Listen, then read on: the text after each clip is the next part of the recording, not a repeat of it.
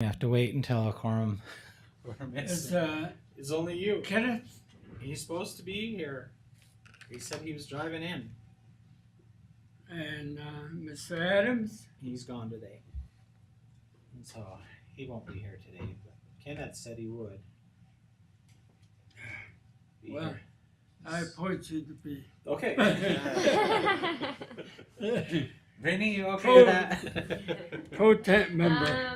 A proxy. I don't think we can do that. Going off the gut feeling here. I know. Well, you look have a quorum now. We have a quorum now. So 11:05.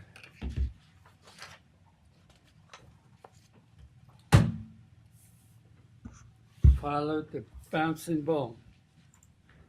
I believe the agenda is up on the screen. On the board. Call to order, 11:05, roll call. We have Mr. Commissioner Maryboy here and myself. Mr. Adams on travel. Kahuna. At the beach. Next is the invocation. Anyone volunteer? Going around once. Thank you, sir. Dear kind Heavenly Father, we're grateful for thy many blessings upon us this day. We're grateful that we can gather for this commission meeting. And we pray that the items that will be discussed will be thoughtfully discussed. And we are grateful to live in a country that allows us these wonderful privileges of participating in government. And this we pray in the name of Jesus Christ. Amen. Amen.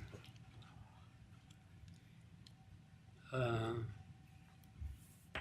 Or down. Next item is the agenda.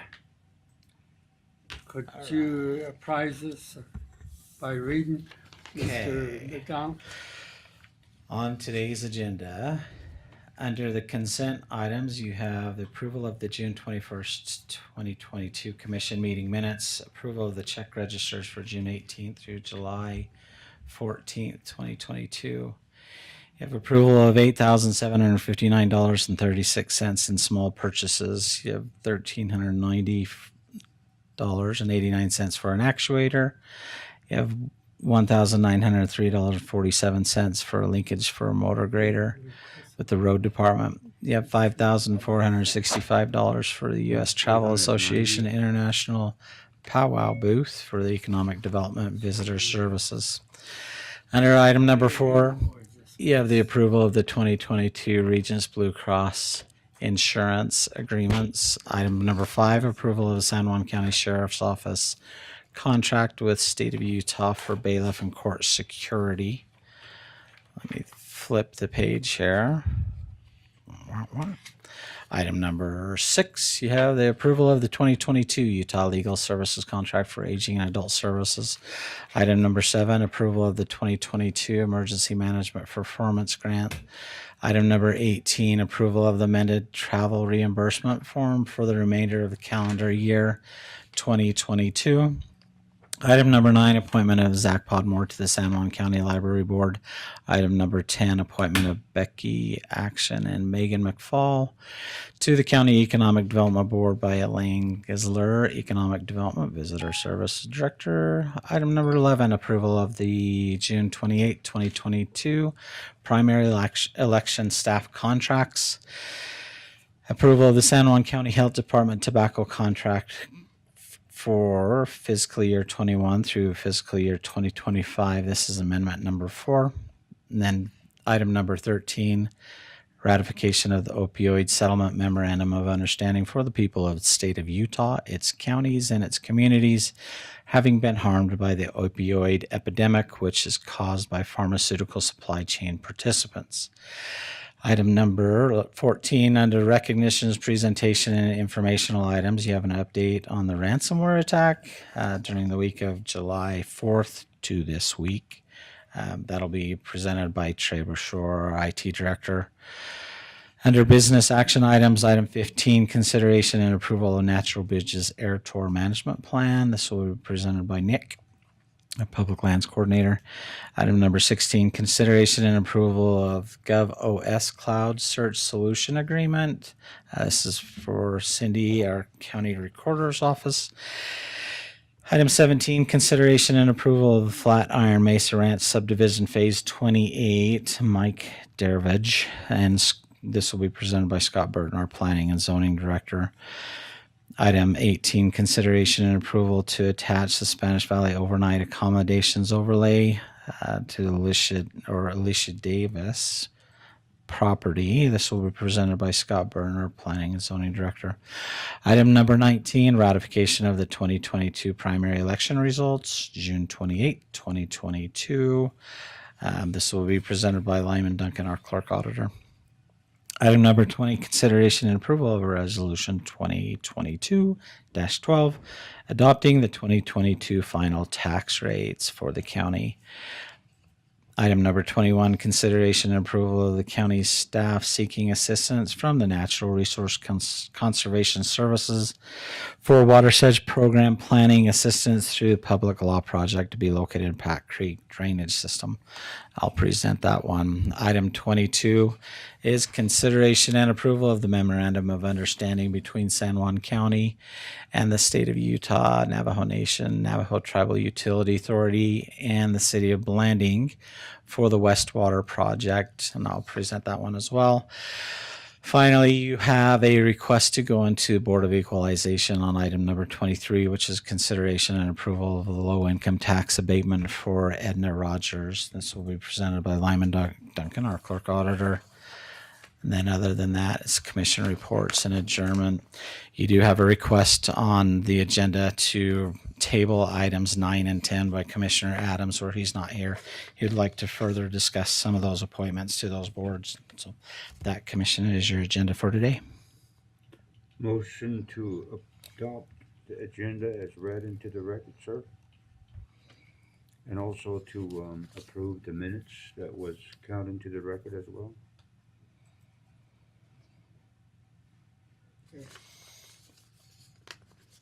Give me a second. Second. Let's call Bruce. It's just you two. There's a motion and a second. Motion by Mr. Maryboy, second by myself. All those in favor say aye. Aye. Opposed, nay. Motion passed, 2 in favor, 0 opposed.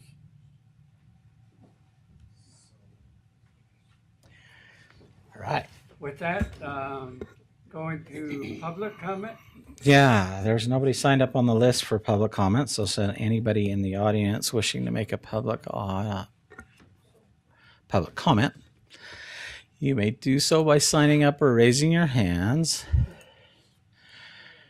If not seeing anyone here in the audience wanting to make a public comment, we will go online. There's just a few people online. If any of you are wanting to make a public comment and you're online, go ahead and raise your hand, or it looks like mostly staff and then Liz. Okay, commissioners, that's your public comment period for today. Public comment, we'll go ahead and go to the consent agenda, consent items, which is 1 through 13. 1 through 13 with the potential tabling of item 9 and 10.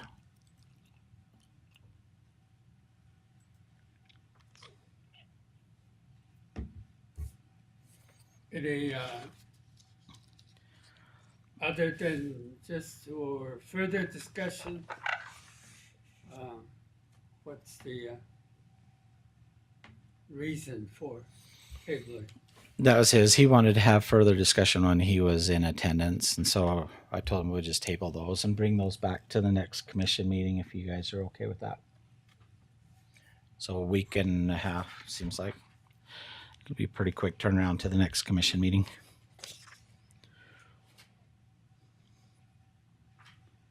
Mr. Chairman, Mr. Mayor, I've not dealt with the motion to where the motioning party is not present as a warm body to make that motion to table or approve or anything on the agenda. Are you going to allow that? I guess that's what I will. well, it's up to you. I'm not allowing it. All I did is question it.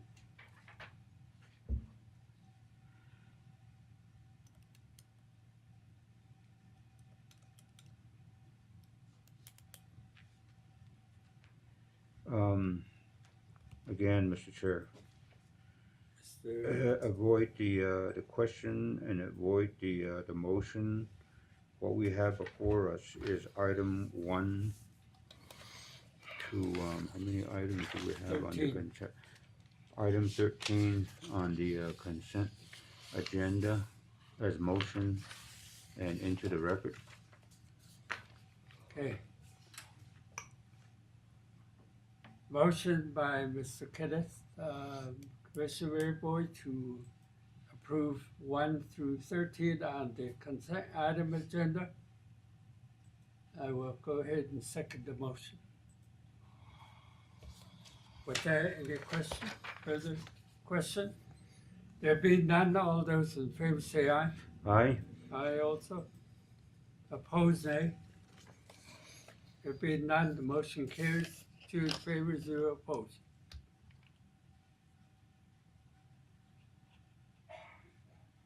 Going down to the next is recognition, presentation, informational item.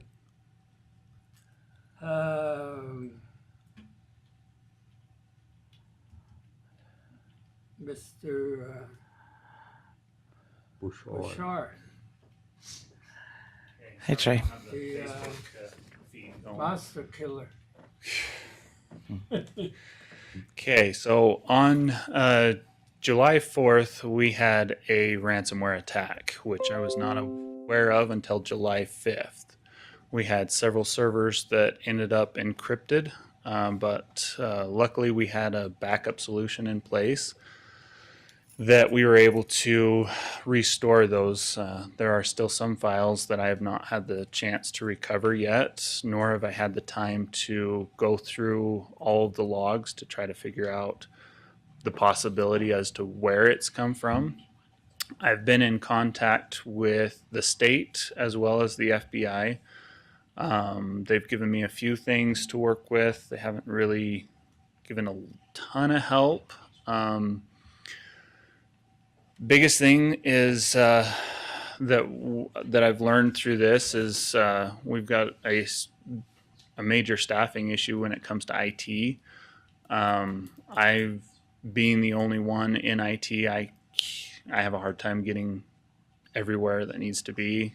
We found out that it's a server that was not kept up to date. It was the same server that we got crypto mined several months ago. And it's one that we've got a quote for to try to rebuild rather than keep it operational right now. The quote was for about $3,000. I think Mac was trying to figure out if our insurance would help us cover that or not. Did you find anything on that, Mac? Nope, it's been submitted as claim. Takes them a few days, I'd imagine, with statewide, all of the issues that are going out there, all the highway patrol crashes and car crashes in the counties. They're a little bit busy. So Yeah, it takes so them a minute to respond to us, but hopefully they'll follow that. So the cost for that's $3,900 for the restoration of the virtual machine. Typically, USIP will cover anything but $1,000, which is our deductible on items, and so we'll see if they come back and that cover that. Yeah, and that server is used for public access for the recorder's office. so that people can be able to log in. They pay a service for that, so that's revenue for the recorder's office. I know that Cindy has another option that's going to be coming into play that will replace that, but that's several months down the road. So we're still determining whether or not we're going to rebuild that server. But like I said, the biggest issue that we're having is this may happen again if we are unable to keep up with things. Things have gotten more complicated in IT since I've started. We've added more servers. We've linked all of the county sites together. So there's a lot of security vulnerability that we need to keep on top of. So it's one of those things that desperately need more staff to keep up with things. So any questions? Mr. Maryboy. Thank you, sir. Is this pretty natural that is it happening anywhere else too, or did it just happen to us? It happens all over the world. I mean, there's companies, there's counties, there's cities all over. There's several counties all over Utah that get hit all the time. Unfortunately, it's one of those things that being attached to the internet, having things out there, it's something it's not a matter of if, it's a matter of when. And the biggest thing is we need to make sure that we have, private data secured. We've got to make sure that employee records are secured. We've got to make sure that we're following proper protocols when it comes to things like our UCGIS connection over at the sheriff's office. They have certain requirements. We've got requirements when it comes to our voting standards. And right now, as far as I am aware, we do not follow some of those standards. Well, I was just curious because lately, for the past 2 or 3 years, it's been pretty common that it's been on the radios and TV that people are being hacked and people are getting into each other's network. And I'm just thinking why we weren't being prepared for something like that. It was about to happen. It was going to happen one way or the other. Yeah, that's one of the things I have been trying to prepare for. That's why I've gotten that backup solution in place.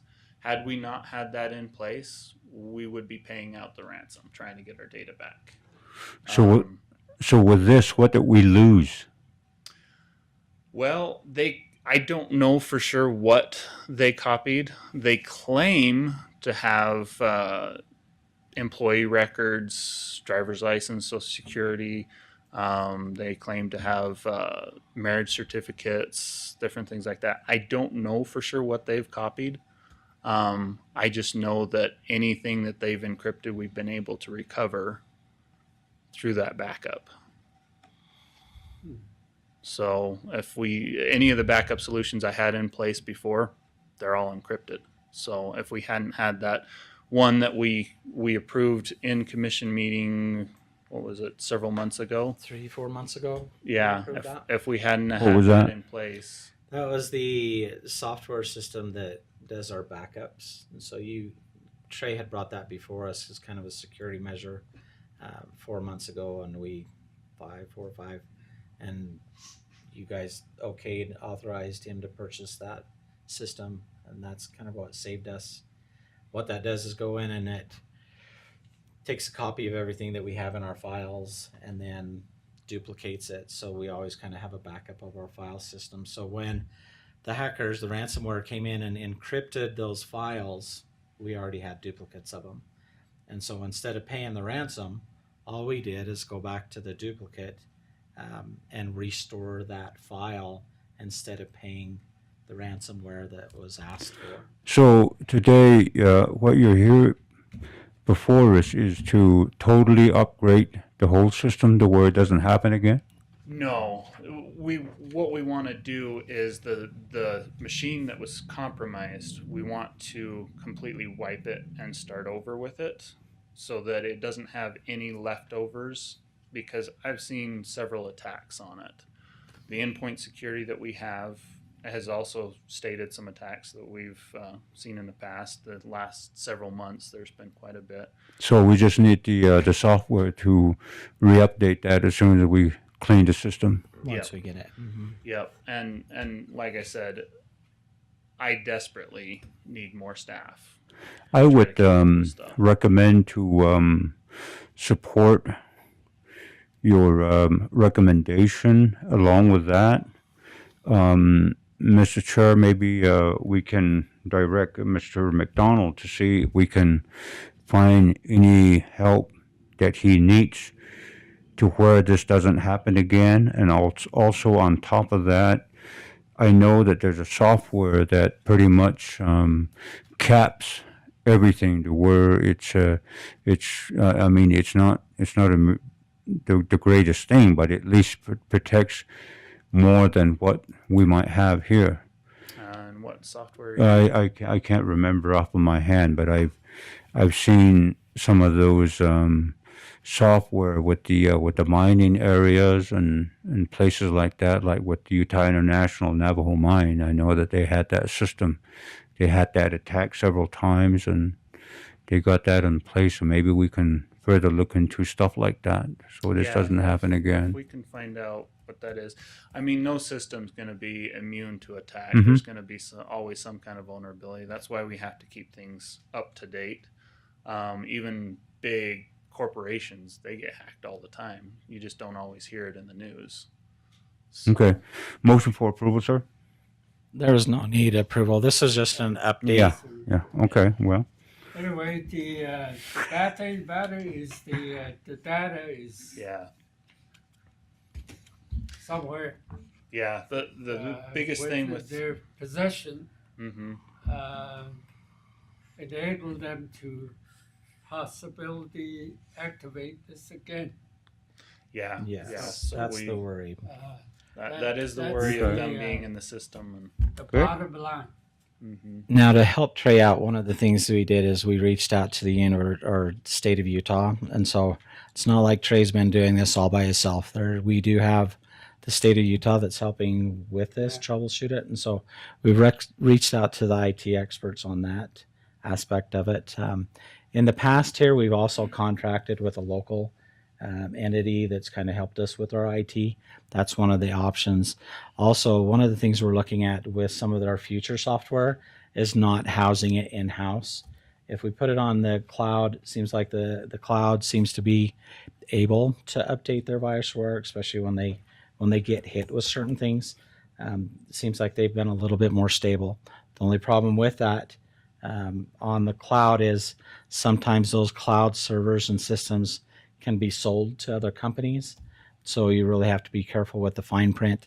With Cindy's approval today that we're looking at on the contract, that is a cloud-based system, and we've gone through and read the fine print to make sure that it's with that company itself, and if they choose to sell, that whole entire agreement expires. And so we're kind of looking at some of those measures to try to help Trey beef up the IT world so that we can still manage it successfully through there. And so it's a challenge. The FBI, we contacted the FBI on this. We thought they'd be more of a help. They pretty much just gave us the ransomware information that's attacking everybody. So this is kind of fluid throughout different entities. And so it's kind of where we're at. We'll keep on plugging away, but we'll definitely look for better systems.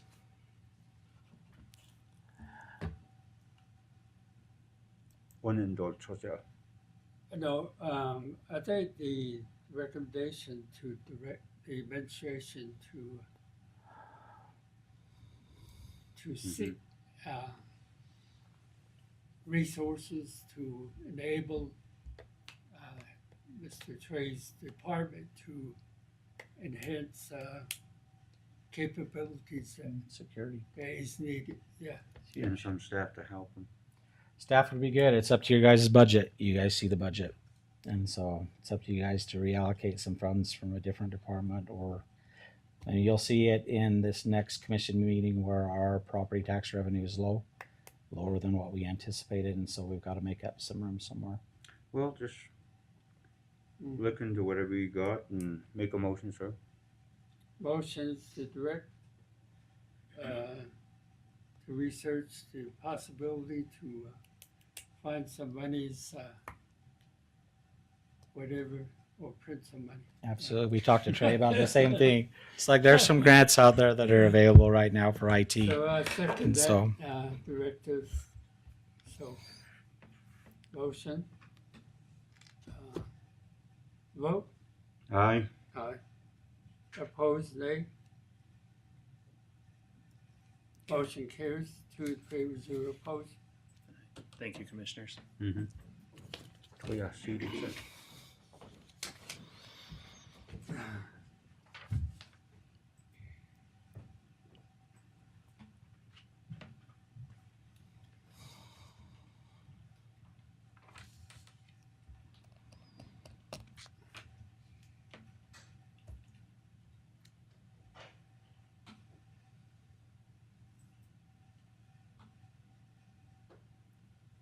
Mr. Sandberg, So yeah, under business action items, we are at number 15, consideration and approval of Natural Bridges Air Tour Management Plan.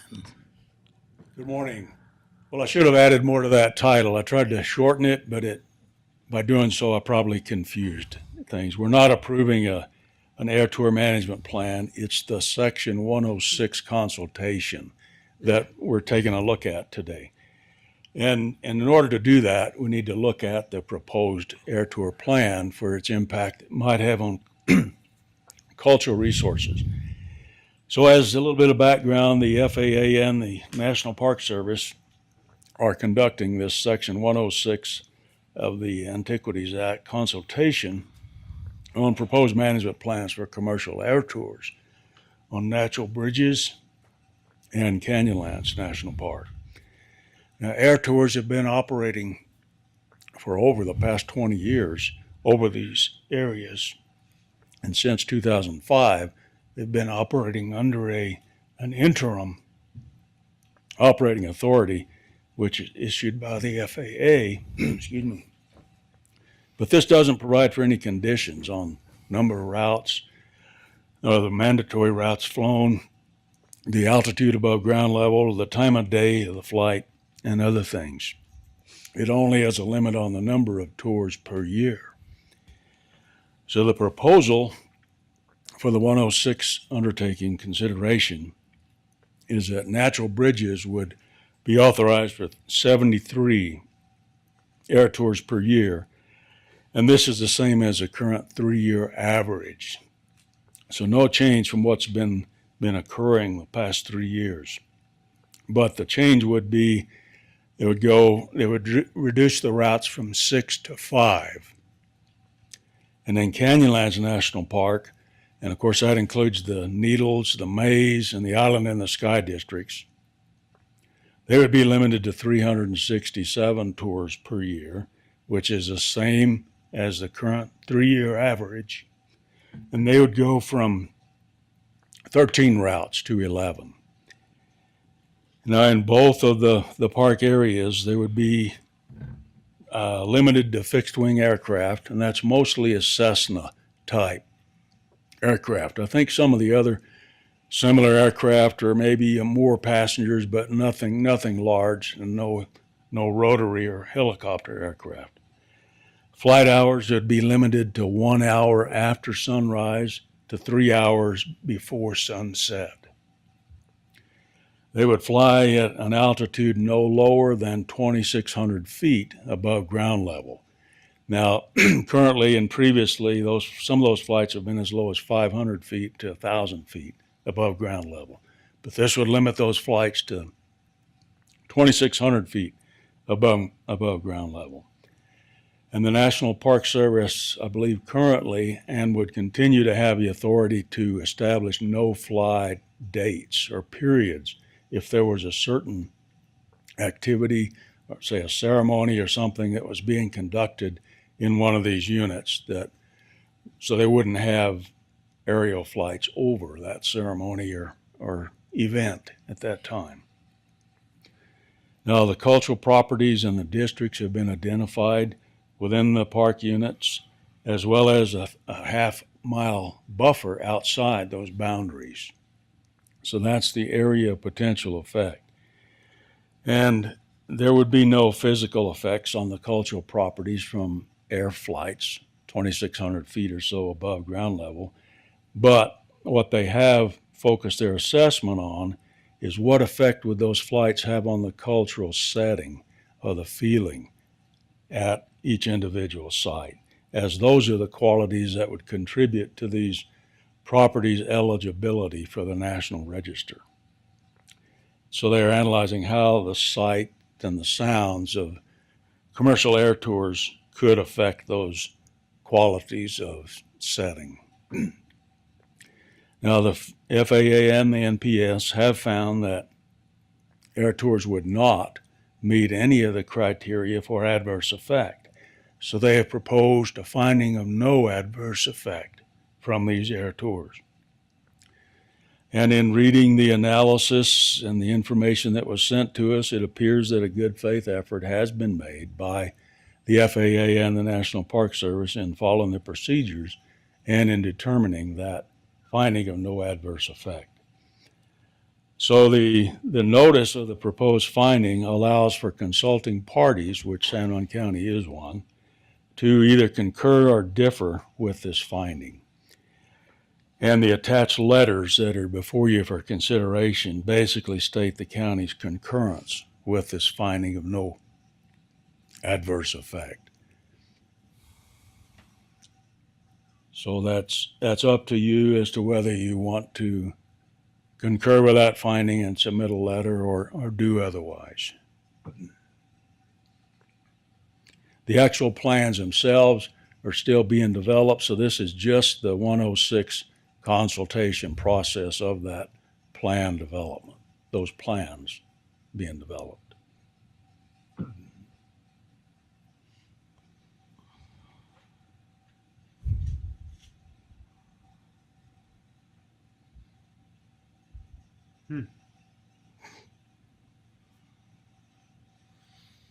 And just for kind of some background information, you know, commercial flights, jets and whatnot, they don't qualify as, they're so high, they don't qualify as something to be analyzed in this plan.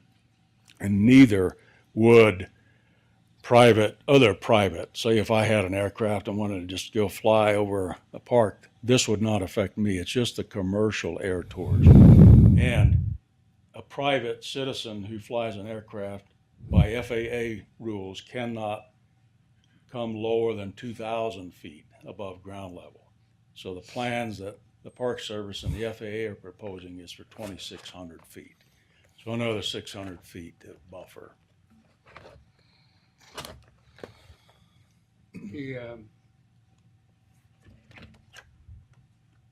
I know there's how fragile are these bridges? Let's say natural bridge. It's a long, expanded formation. And right now, there's no allowance to have people walk on.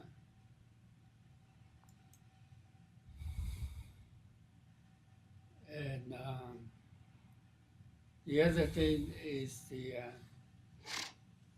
airplane vibrations that are created. How do they determine that the stability of the bridge is not compromised by those vibrations? Yeah, I'm of course no expert in that, but they have had experts and specialists look at those kind of impacts, and that's how they came up with that determination of no adverse effect to the physical property of whatever that cultural property is.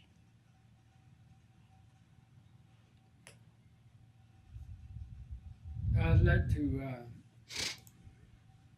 hopefully request their presence, those that have studied and indicated there's no significant findings.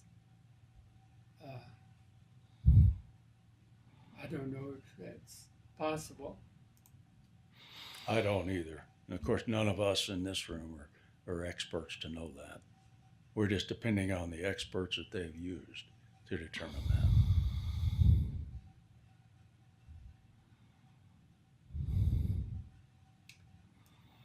Well, And it's your As- decision as commissioners as you to, indicated, how many flights?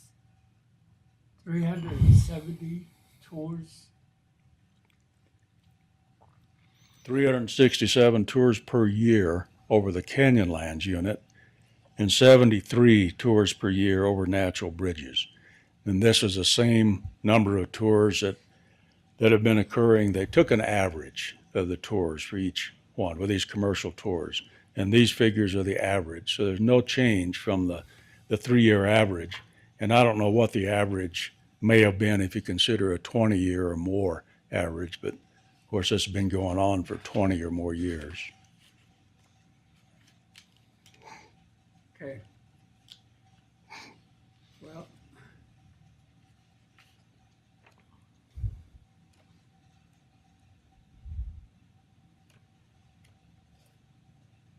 And today you're just recommending and seeking support from the commissions to continue the project, right? All we're saying here is that based on our knowledge and the data we've been given, we concur with the finding of no adverse effect.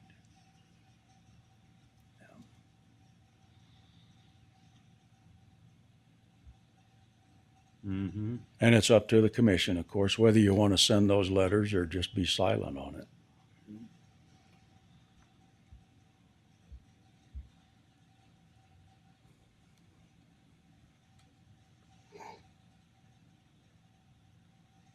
We can reach up, we can ask.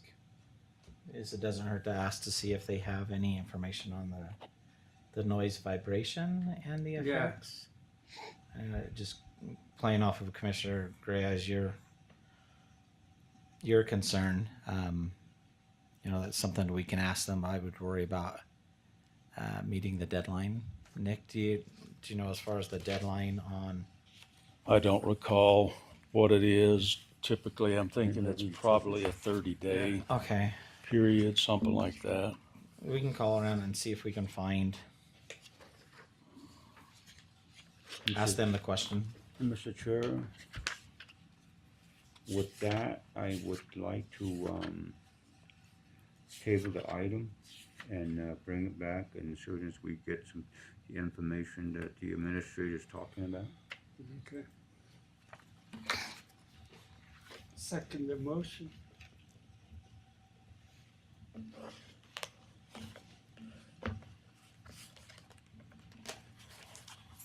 Any further questions? There being none, all those in favor say aye. Aye? Aye also. Opposed, nay. Motion carries, 2 in favor. Okay. Okay, I'll see what I can find. Thank you. Thanks, Nick. 16, Okay, next on the agenda is consideration and approval of the GovOS Cloud Search Solution Agreement. Cindy. So Trey talked to you about the predicament that my office is in. As of today, I have no public access to our land records. And because that server was completely trashed in the hack, the cyber attack that we suffered. So I have been searching for solutions. I don't like the fact that that server had such limited capabilities. As it was, I could only have about 12 accounts subscribe so that they could log in and view records. Title companies would log in, view their records. It was very limited. This solution is going to allow single-use users to log in and find a document very easily. It's also going to allow us to maintain subscriptions for our title companies, which is a huge plus. It will help us regenerate revenue to maintain systems and keep things going in the recorder's office. So the company that I spoke with that you're looking at there is not going to charge us a setup fee. They're not going to charge us a month or a quarterly subscription, which other companies that I researched were charging those fees. In fact, like a $10,000 setup was what one company wanted, plus a $1,200 quarterly subscription fee on top of a revenue share.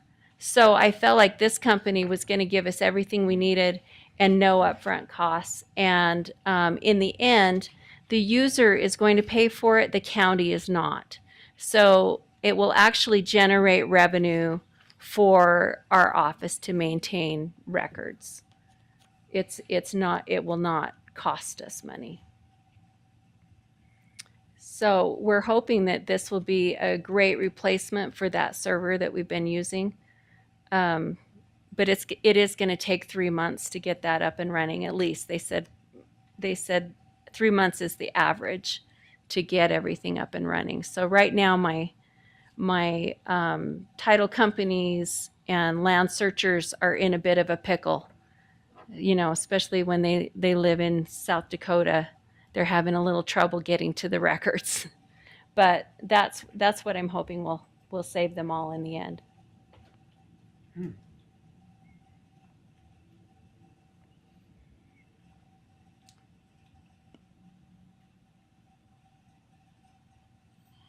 Motion. Mr. Chair, I'd like to make a motion and maybe ask our administrator to see how much he's familiar with this, what's been presented to us and where we're at and how we're willing to tackle it as well. Well, this would be it. So where our vulnerability initiated from the virtual machines that we had, this is a complete turnabout where, like I discussed, will be virtual system in the cloud, protected by another company, backed up by another company. It'll just take us a minute to get there. I've gone through, vetted the contract, gone through the fine print to make sure everything was on par, and this looks like a very good deal, especially where the county doesn't have to pay. The users will pay that entity, and then the entity forwards the rest of the funds to us. And so to me, overall, this is a pretty win-win solution. Viva, motion. Motion made by Mr. Mary Boy for approval. Second. Any further question? There being none, all those in favor say aye. Aye. Aye also. Motion carries, 2 in favor, 0 opposed. Next. Okay, the next one on your agenda is the consideration and approval of Flatiron Macerant Subdivision Phase 28. This is Scott. Yeah, so this, oh, sorry, go ahead. Did you have a comment or question? Yeah, Mr. Scott Burt. Yeah. So this is the final phase in the Flatiron Mesa Ranch subdivision, phase 28. This subdivision started developing in 2000 or 2002. So it's been 20 years. They've been working on this one, small phases, usually 1 or 2 lot phases. So this is the final phase. This lot has been through a staff review meeting, 2 planning commission meetings, and is now before you for your approval. So this is located Flatiron Mesa Ranch subdivisions, just about 1.5 miles north of LaSalle Junction, just where that pumping station is, off on the west side of the Highway 191 down the dirt road, 1 mile or so.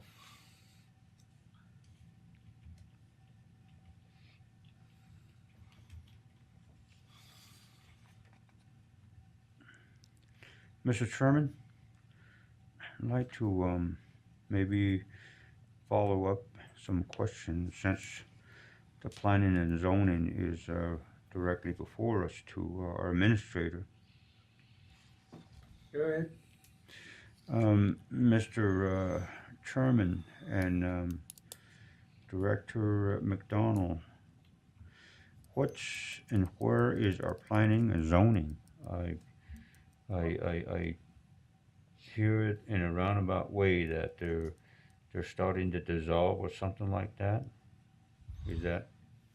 No, absolutely opposite of that. We have our draft ordinances that are out for public review right now that are on our website. We've been advertising for multiple weeks in the newspaper that those ordinances are there.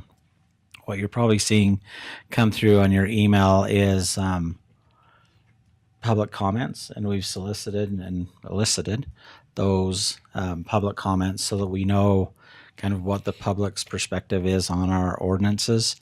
This will be a multi-month process where initially we issued the draft ordinances out for the public review. We'll follow that with a map here shortly for the public review, and then continue to have public open houses or public hearings for the whole zoning ordinance and map. Probably one of the questions on the comments that you're receiving is, keep a Spanish Valley ordinance. Well, what our draft ordinances do is actually encapsulate all of our communities throughout the county all together in one ordinance instead of having community by community zoning ordinances. This is the entire county ordinance. And so if you haven't had a chance to look at it, it's a book. But in that book, it gives us better definitions, a little bit easy, especially from the feedback that we're hearing from developers. And so definitely take a look at that, but it doesn't dissolve anything. You did. Quite opposite, kind of puts a better process in place. Mr. Chair, with the information that the administrator has given us, indicating that the each community having the planning and zoning, and right now the plan is to put the planning and zoning together as one commission, and that would mean that they're redeveloping and getting familiar with the communities. Is that what's going to happen? Actually, with that, our staff who are already familiar with the communities, they were the ones that have gone through and drafted this with our attorney's office. It's kind of putting everything that we know about the county and all of our zoning all into one comprehensive ordinance. What we've seen is some of our definitions were strong, or the lack of definitions in our ordinances, and so we've gone through and beefed that. When a couple months ago, you've been hearing Elk Meadows and some concern about that. Well, we've encompassed issues there to try to resolve some of the issues of water. When do people come to us about water? Do they come after the development, after proposed plat adjustments, things like that? We've tried to beef up that process so that it's pretty clear and prescriptive what developers need to do to develop their lands here in San Juan County, across the whole entire county. Mr. Chairman, that sounds like a good idea and a good plan. But as you noticed, that our administrator said that they're still getting public comments. So I would say that it would be a little bit too premature to take a position without all the public comments. So I would ask that we table the item until we're for surely that we get the appropriate comments from all communities. So Chair, if I may expand on that. Go ahead. So all these are in here today that you have to look at is the plat adjustments on subdivisions. There's nothing in here that would really need to be stopped for the ordinances. You should always be going through your ordinances, but it doesn't mean that developers need to stop. No matter what, these developers will be grandfathered in their current zones that they're in. It's getting to a fine tuning of our zoning ordinances that take place later on. Has nothing to do with the actual subdivisions or breaking up of subdivisions in this area for different parcels. These can continue, same with developments, they can continue to propose developments. They would be grandfathered in no matter what under our existing ordinances, just with land use planning. It's just getting to a point in our current ordinances that they're better than what we have. But these are still fine. They've been recommended by our planning. They've gone through planning commission. No matter what, they would still be grandfathered under our current zoning plan.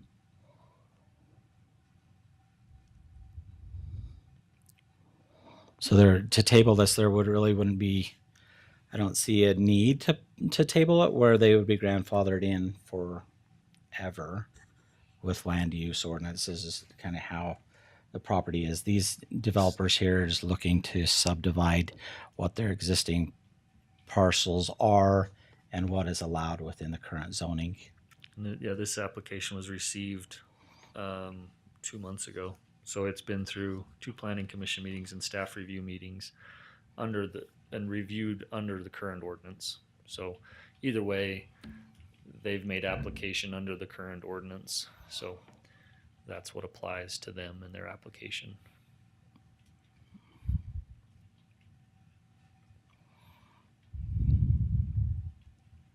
Mr. Chair, I still don't feel comfortable with the way we're doing things here. I understand the position of our administrator, but second of all, I really don't like the way we stuff things down the throats of our people and that we're here. And as a commissioner, that's the responsibility that we have for the people. But for the assurance, I will take a position to make that motion to approve. If everything is being grandfathered in, then the more the people are communicating and understanding what's going on, there's no confusion, there's no argument, and there's no problem with that. So, you approve? Right, Yeah. okay.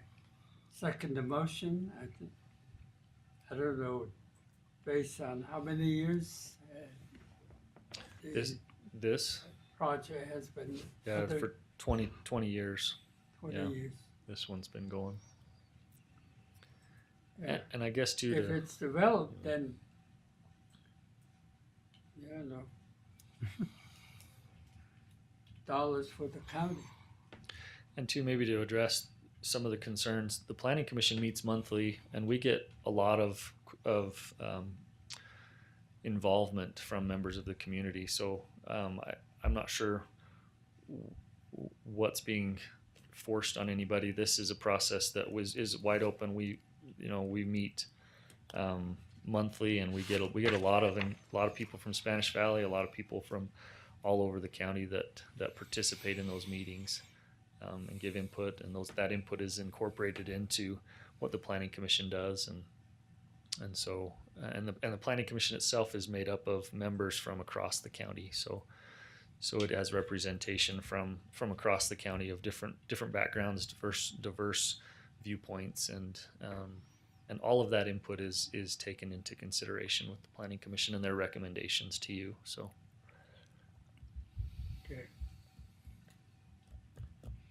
Any further comment? There being none, all those in favor say aye. Aye. Aye also. Opposed? Nay? 2 in favor, 0 opposed, motion carries. Thank you.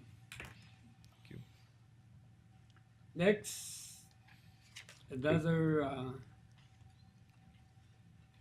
project, Spanish Valley.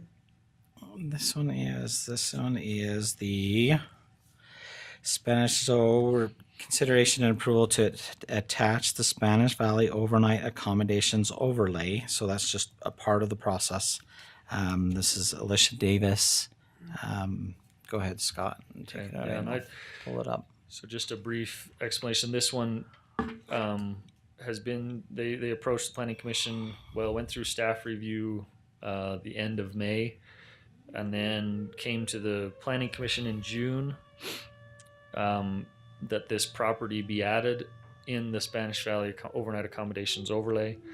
That then came to this board on June 21st and was approved for the overlay, the overnight accommodations overlay. This is in Spanish Valley. This process is outlined in the Spanish Valley ordinances that were passed in 2019. And this was then brought to back to the Planning Commission for the next step. So that was the first step. Planning Commission, County Commissioners was approved. Step 2 came to the Planning Commission on June 14th. And basically at step 2, we are attaching that overlay to a specific development. And that development is outlined in this proposal and in the staff report as well. And the Planning Commission at their July 14th meeting made a recommendation for approval to the county that made that recommendation that this project be approved. We had individuals at the meeting from Spanish Valley, several individuals that commented and made comments in support of this development. This is I guess just a little more information. It's right along, as you can see there, right along Highway 191, right adjoining to an existing overnight accommodations development just to the north. The developer is here. I asked if they wanted to make a short presentation, if that's okay with you. If you'd like them to give you a little more detail on the actual development, that's up to you how you want to handle that.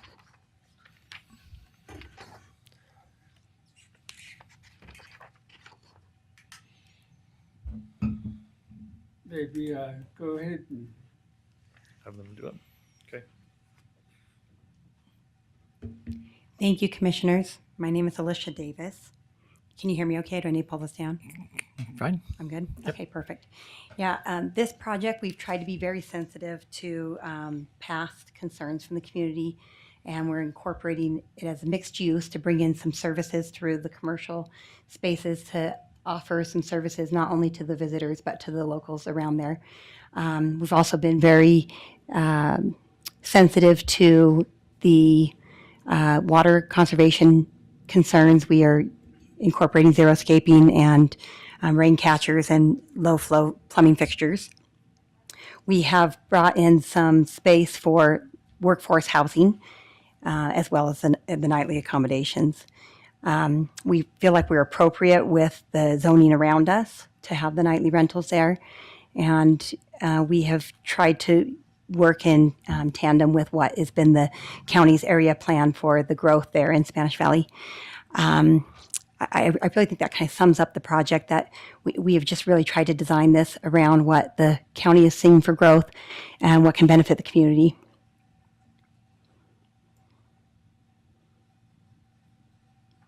Oh, actually, I wanted to speak on a couple other things. In the Planning Commission meeting, they had brought up the extra entrance to the north and see if we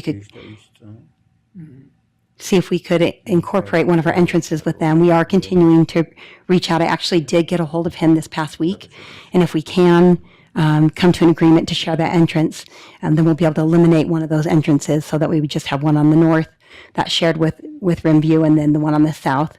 And then we actually also did speak to the pipeline, Williams Pipeline, and forwarded an email over to Scott Burton this morning showing that we are cooperating with them to come to a agreement for how they want to see that used, which will be cemented when we work through our civil plans.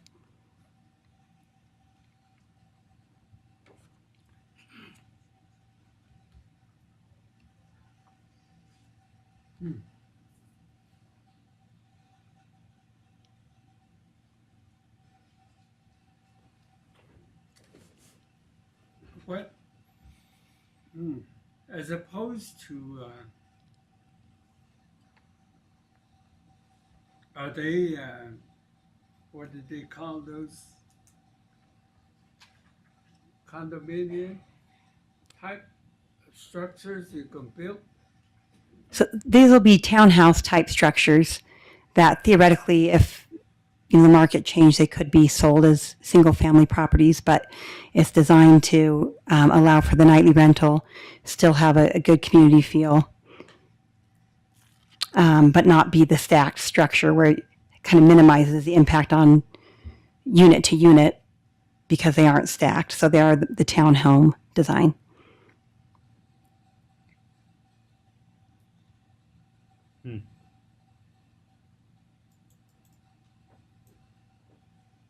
Any comments?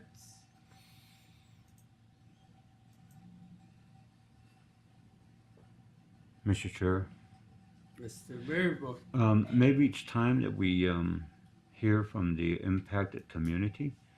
Anybody on the line that's willing to wish to speak to the issue so we can make a appropriate decision on this particular project? Just a point of order on that one, Commissioner. Sorry, Commissioner Maryboy. In speaking to USIP, when you do that, you open a public hearing. We didn't advertise a public hearing on this. This, where it's an overlay district, it's kind of a step in the process.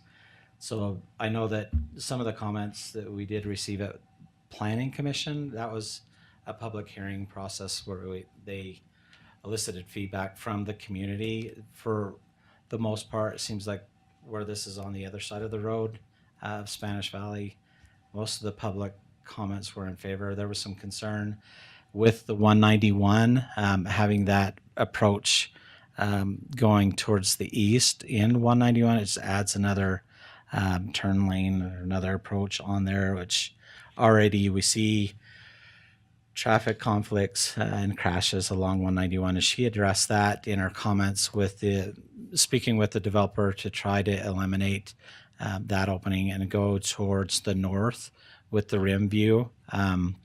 That's something that we encouraged.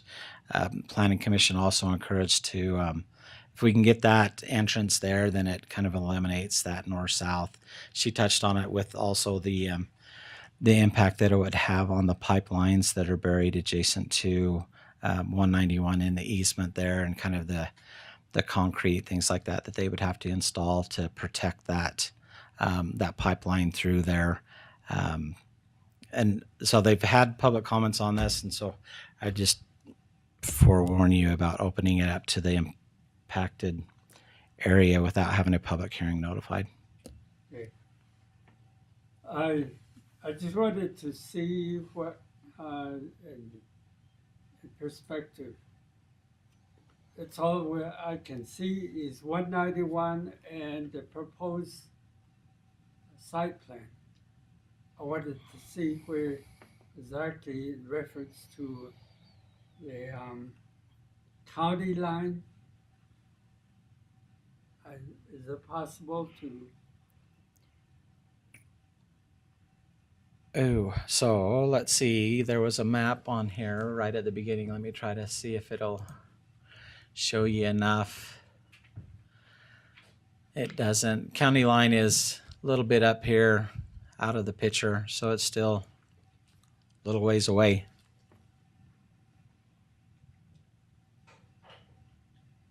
This is pretty much the furthest south. Developable land. To the civil land. So, Yeah. so this is about the Is furthest south. this the section that I'm looking at? Is that on the south side of the highway? It's west. Southwest. Yeah. So it's about 8.5 miles The south of road Moab. goes in that direction, This is my binomial right here, 191 right? in the valley. This is the south and this is the north. So it's west. It's on the west side of the highway. The top of the picture there actually is the north. Right here's north. Mm-hmm. And so we're just the west side of 191 right there, and just south of Renview, which is a nightly Well, rental. currently, there's some developments there. It's a house, and there's the rim view. Yeah.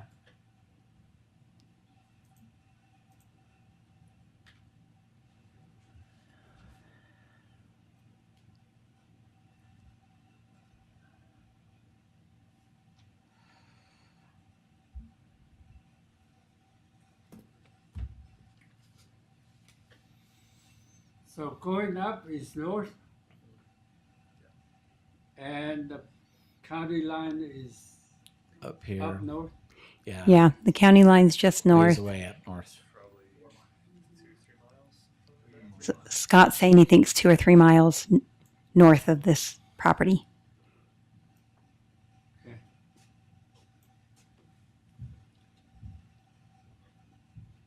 Well, I guess it's been satisfied, as I understand, through public hearing. So with that,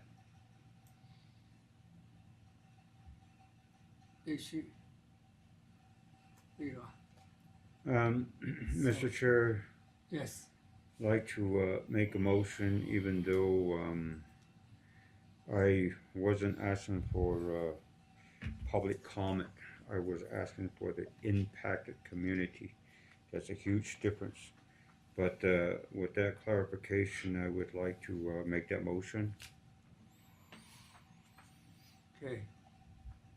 Motion is made by Mr. Maryboy to approve the,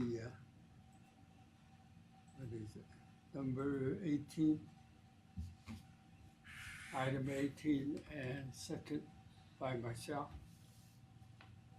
Any further question? There be none, all those in favor say aye. Aye? Opposed, nay. Motion carried, 2 in favor, 0 opposed.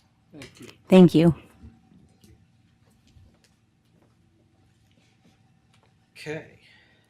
Next one on our agenda is ratification of the 2022 primary election results, June 28th, 2022. Mr. Duncan. Lyman.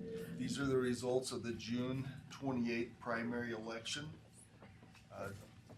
John Curtis won his race with Christopher Herod. Mike Lee won his race for U.S. Senate. And Sylvia Stubbs is the candidate for Commission 2 for the Republican Party.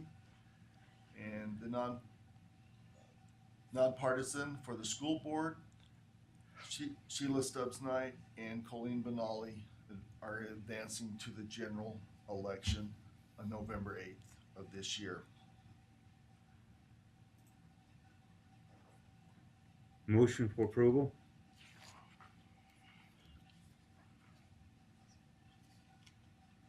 Okay. Second. Any question?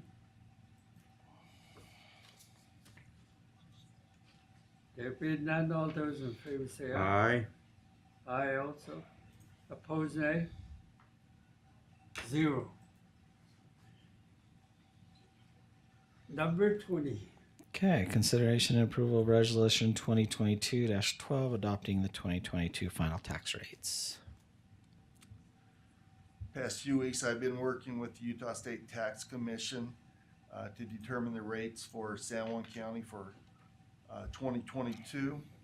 And the rate that has been developed is in some categories is a slight decline. Grand County wanted to do truth in taxation for that little tooth in northern San Juan County for the students that go there. So they will be conducting that on behalf of the students and also the property owners in Spanish Valley. And having gone through this with the State Tax Commission, the revenue that would be received would be $3,003,885 to basically fund the different operations that are listed here and the entities that would be doing so. Ask for your approval. Motion? So, motion by Mr. Maryboy, second by myself. Question, Yes. comparison to past 2 years, how are we sitting? There is more property that is taxed, but generally overall, the tax rates have gone down, dipped just a little bit, even though there were new properties that were developed or found or placed on the tax rolls. And just how the software and the mathematics behind it just dropped us just a little tiny bit. So the majority of the property owners in the county will see a slight decline in the taxes they pay to the county. Hmm. And then that also impacts our budget. That's what I mentioned earlier is Yes, it does. we had anticipated, I think $2.1 million coming in general revenue. In that general fund, it's actually less. It's the $2,055,000. And so we've got to find some money in our budgets to make up for that offset.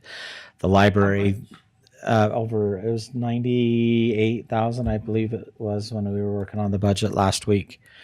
The library, and so the library increased their budget. Their tax revenue has actually increased what they forecasted. I think they had around 410,000, so just a slight increase there. Public health also saw a reduction, I believe, by 20,000 from what they anticipated in their budget. And so we'll bring those budgets. We had to approve this first before we bring our budget amendments to you. And so you'll see those next commission meeting where we try to find the money to make up for some of those offsets. And so overall, the county's doing better as far as having additional properties. I think, hats off have to go to our assessor's office and the efforts that they've made to true up our properties to make sure that those properties that are not in the green belt were actually on our tax rolls. You also see payments that are coming in from the companies where we've waived and set them on a payment plan like Lisbon Valley, where they've been paying their taxes in arrears and keeping current with their current taxes. And so you see that effort kind of speaking through these numbers. But overall, because of the rate that we accept and the rate that's established, we have less revenue on there. Just as a reminder, a couple of years ago, prior to COVID, we did go through a truth in taxation process to increase taxes. We approved an increase of our certified tax rate. However, once COVID hit, we chose not to continue forward with that. It's something that we may have to look at here in the future to try to make ends meet, especially when you hear Trey, he's spot on. He needs more help. Well, where do we get the funds? Where do we cut to get more help? And how do we make it sustainable in our budget? And Commissioners, on the third page is kind of a recap. And in the center of the document, it lists our real property, our centrally assessed property, and then the personal property, and what the values were in 2021 and then 2022. And you can see that real property increased by about 128,000 or so. Centrally assessed, which we'd like to have more of, only grew by 2,000. $2 million, and then personal property declined by $1 million.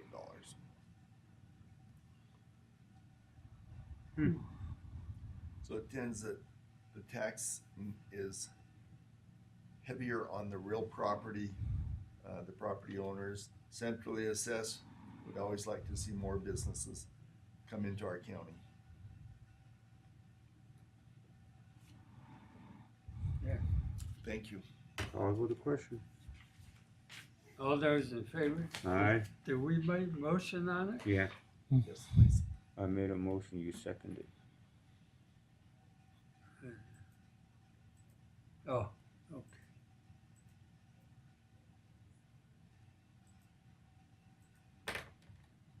To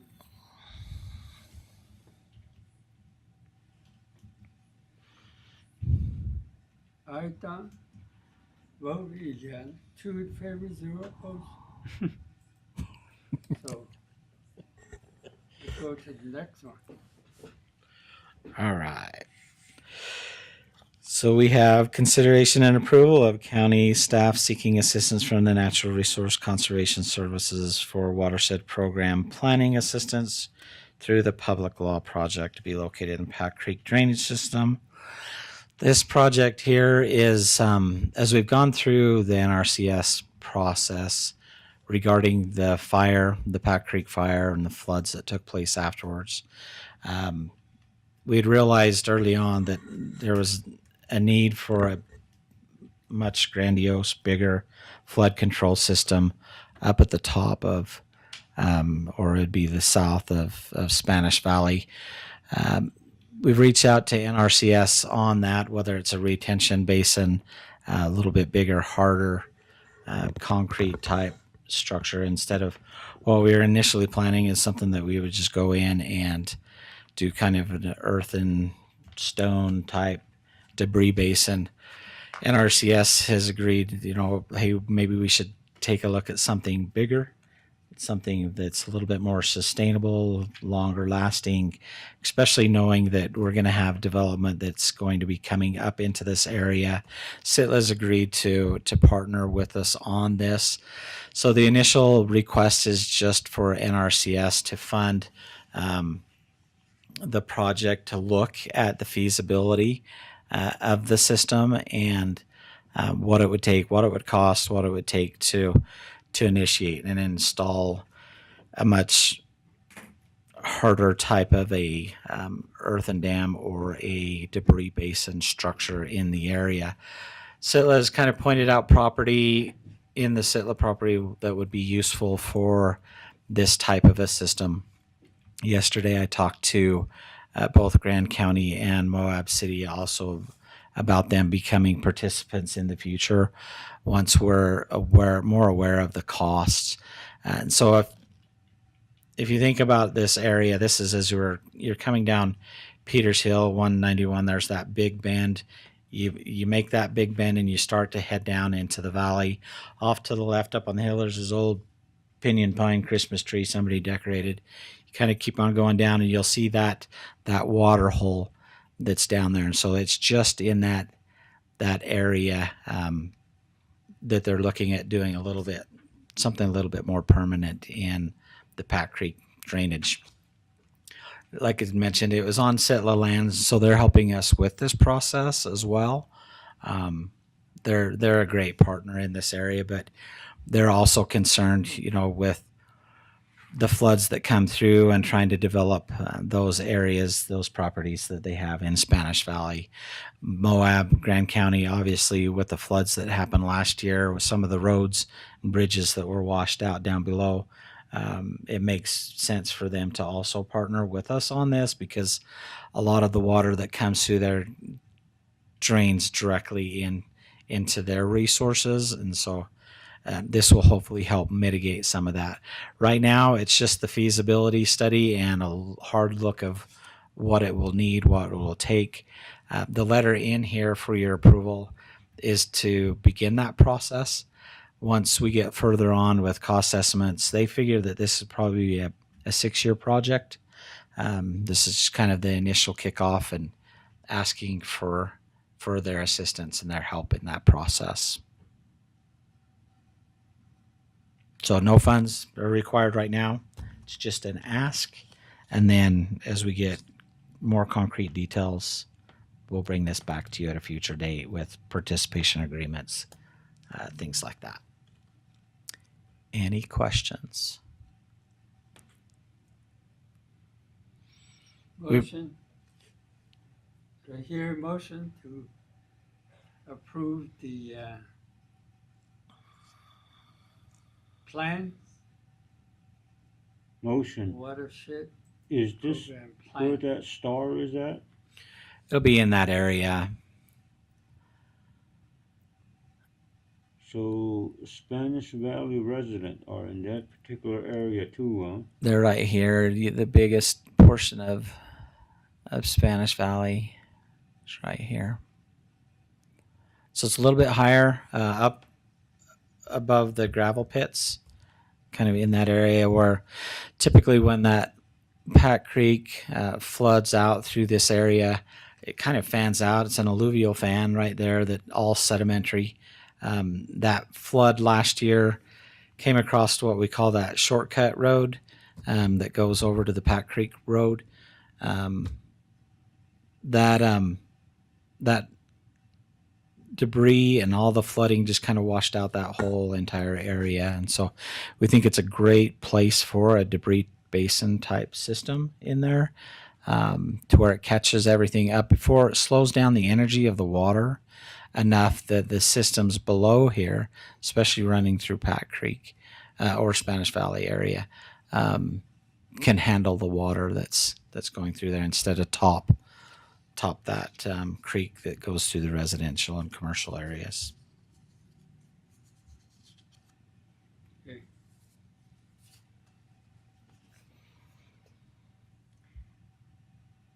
What are the purple lines?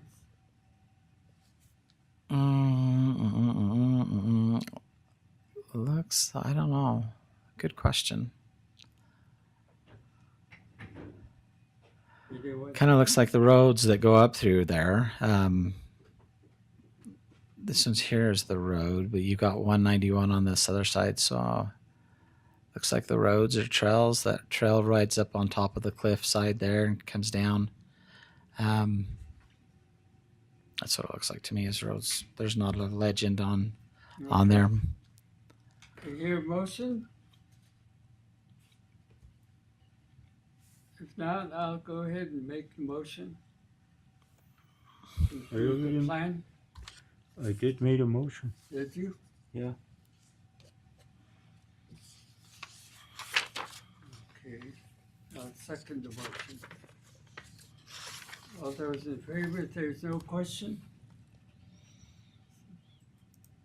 All those in favor say aye. Aye, Abstain. one, Abstain in Utah code is a denial. So are you wanting to deny the project or approve? Hopefully, The same, but it's the flood same, control. yeah. it's flood control. And it literally is just the feasibility study. It'll tell us how much we're going to have to budget for, and Okay. it'll help us define partnership as well. Aye. Aye. 2 in favor, 0 opposed. Awesome. Thanks, Commissioner Marable. Going back to 20. 20. The taxes?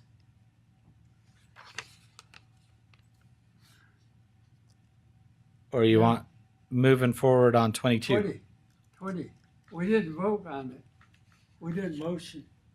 You didn't motion? I did motion. I- Yeah. Both of you had a discussion that he made the Yeah. motion and you had seconded it, and then I did right.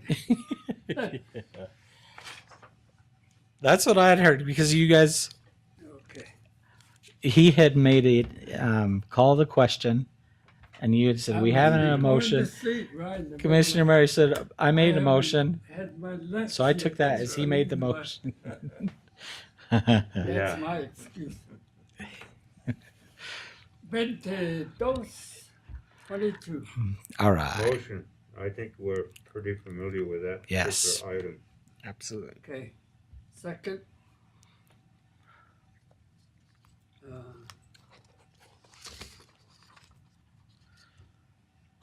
Aye. Vote. Aye also. Motion carries. 2 in favor, 0 opposed. 20. Okay. On this one, I need a motion to enter Motion to into. go into Board of the Equalization? Equalization.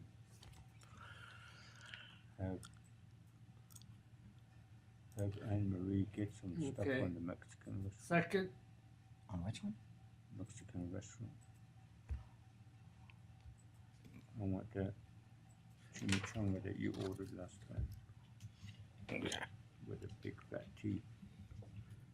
Yeah, motion to go into Board of Equalization. Second. I second it. Okay. Vote. Aye. Aye. Opposed? 0. We are in equalization, Board of Equalization.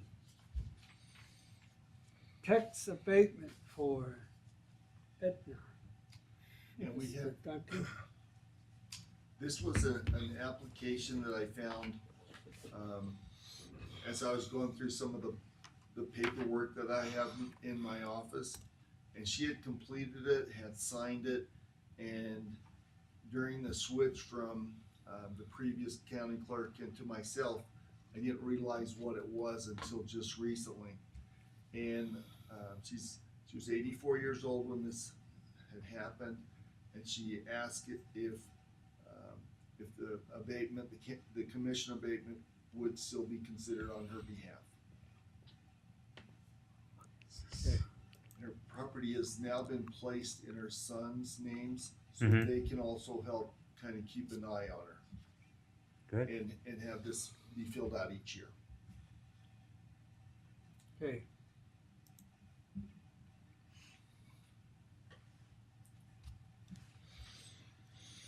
It'll be $707.38. So everybody's happy now. Yes.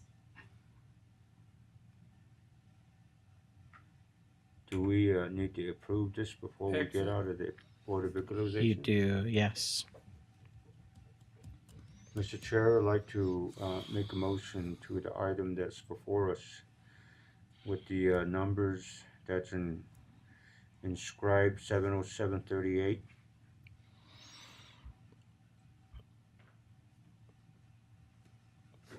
Okay. Second. Thank you. Any further questions? There being none, all those in favor say aye. Aye. Opposed, nay. Motion carries. 2 in favor, 0 opposed. Motion to get out of the Board of Equalization. Okay, second.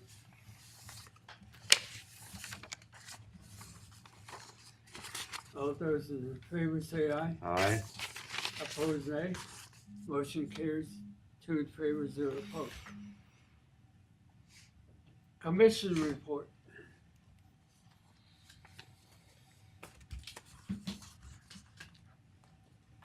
Is there any?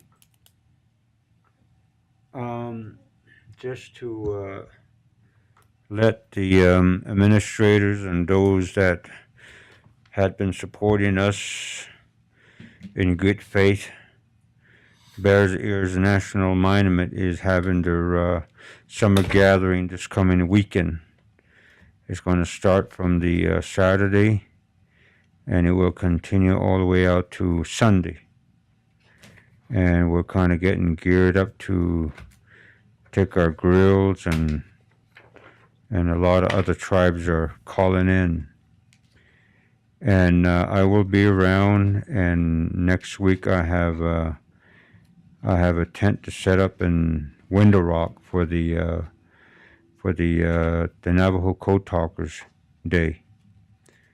And also the Navajo Nation Council is in session today, and it will be until, I would say, Thursday, late Thursday.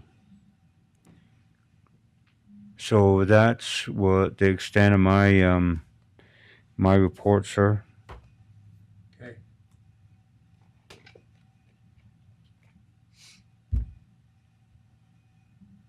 I don't have any report. Motion to adjourn. Second. All those in favor? Aye. Opposed, nay?